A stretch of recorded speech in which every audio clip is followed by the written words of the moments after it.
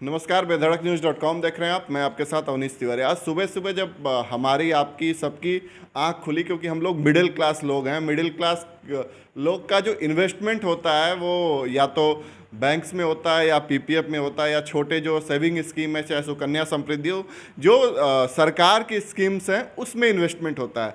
आज सुबह सुबह जब आँख खुली तो हमने न्यूज़ देखा कि ये जो इन्वेस्टमेंट है इस पे सरकार ने जो रेट ऑफ इंटरेस्ट हैं वो घटा दिए हैं। पहले कोरोना की मार, फिर बेरोजगारी की मार, और उसके बाद इन सारी जो इंस्ट्रूमेंट्स हैं, जो छोटे इसके इंस्ट्रूमेंट्स हैं, चाहे जो सीनियर सिटीजन के लिए इंस्ट्रूमेंट्स हैं जिसमें ब्याज दर ज़्यादा होती है और जगह की तुलना में, जो लोग डायरेक्टली शेयर मार्केट में इन्वेस्ट नहीं करते हैं, जो रिस्क नहीं लेना चाहते हैं, उन लोग के इन्वेस्टमेंट होती है इन सारी जगहों पे। और देखा ये गया कि सरकार ने जो रेट्स हैं वो घटा लिए। लेकिन 8:45 के आसपास वित्त मंत्री निर्मला सीतारमण का एक ट्वीट आता है और उस ट्वीट में कहा जाता है कि ये जो निर्णय लिया गया है सरकार की मतलब एक गलती से ले लिया गया। अब आप ये बताइए, बाकायदा वो लेटर जारी हुआ है जिस पे फाइनेंस मिनिस्ट्री का अप्रूवल है, मुहर लगी हुई। कोई ऐसा तो है नहीं कि आज तुरंत जारी किया और काम शुरू हो गया। इस पे प्लानिंग की गई होगी बाकायदा और सारा कुछ सेट किया गया होगा। उसके हिसाब से फिर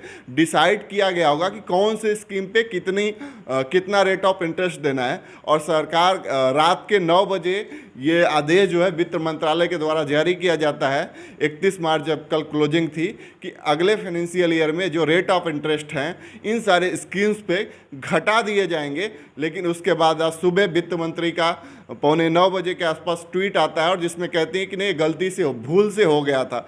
तो ये भूल है या फिर चुनावी स्टंट, क्योंकि आसाम, बंगाल सहित 5 राज्यों में चुनाव है और जो आंकड़े बताते हैं तकरीबन 24% जो इन्वेस्टमेंट इन सारी स्कीम्स में होती है इन्हीं राज्यों से आती है। तो सवाल तो ये बनता है, सवाल उठता है कि क्या सरकार को लगा कि हम बड़ी गलती कर रहे हैं, चुनावी गलती कर रहे हैं, जो जहाँ पे आज बंगाल में चुनाव था, हमें नुकसान हो जाएगा।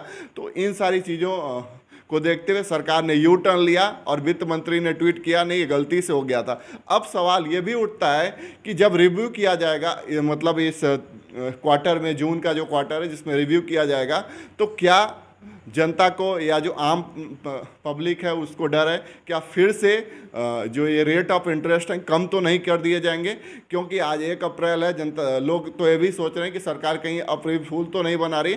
इस तरीके के सवाल उठ रहे हैं। और सबसे बड़ी चीज़ है कि चुनावी राज्यों के चुनाव है और चुनावी राज्यों के लोगों का 24% तकरीबन जो इन्वेस्टमेंट है वो 24% इन्हीं लोगों का है, सबसे ज़्यादा बंगाल का है।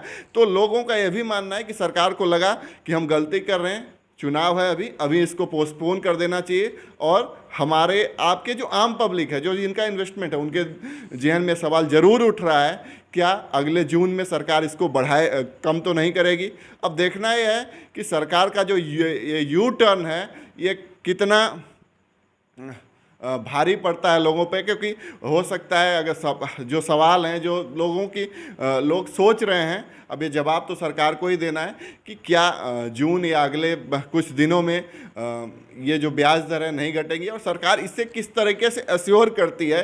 क्योंकि जो वित्त मंत्री ने कहा कि ये भूल से हो गया है, इस पर कतई विश्वास करना जो आम जनता है, जो हम लोग जैसे लोग हैं, वो विश्वास नहीं कर सकते। क्योंकि ये बाकायदा पूरी प्लानिंग करके किया गया था। एक लेटर जारी होता है जिस पे अप्रूवल है, जिस पे सिग्नेचर है, जिस पे सब कुछ है और पूरे रेट ऑफ इंटरेस्ट लिखे हुए कि भाई 1 वर्ष की जो है फिक्स डिपॉजिट है उसमें इतना मिलेगा। पहले 4% था, अब 3.5 हो गया, पीपीएफ पे इतना हो गया, और जो सीनियर सिटीजन के इतना हो गया।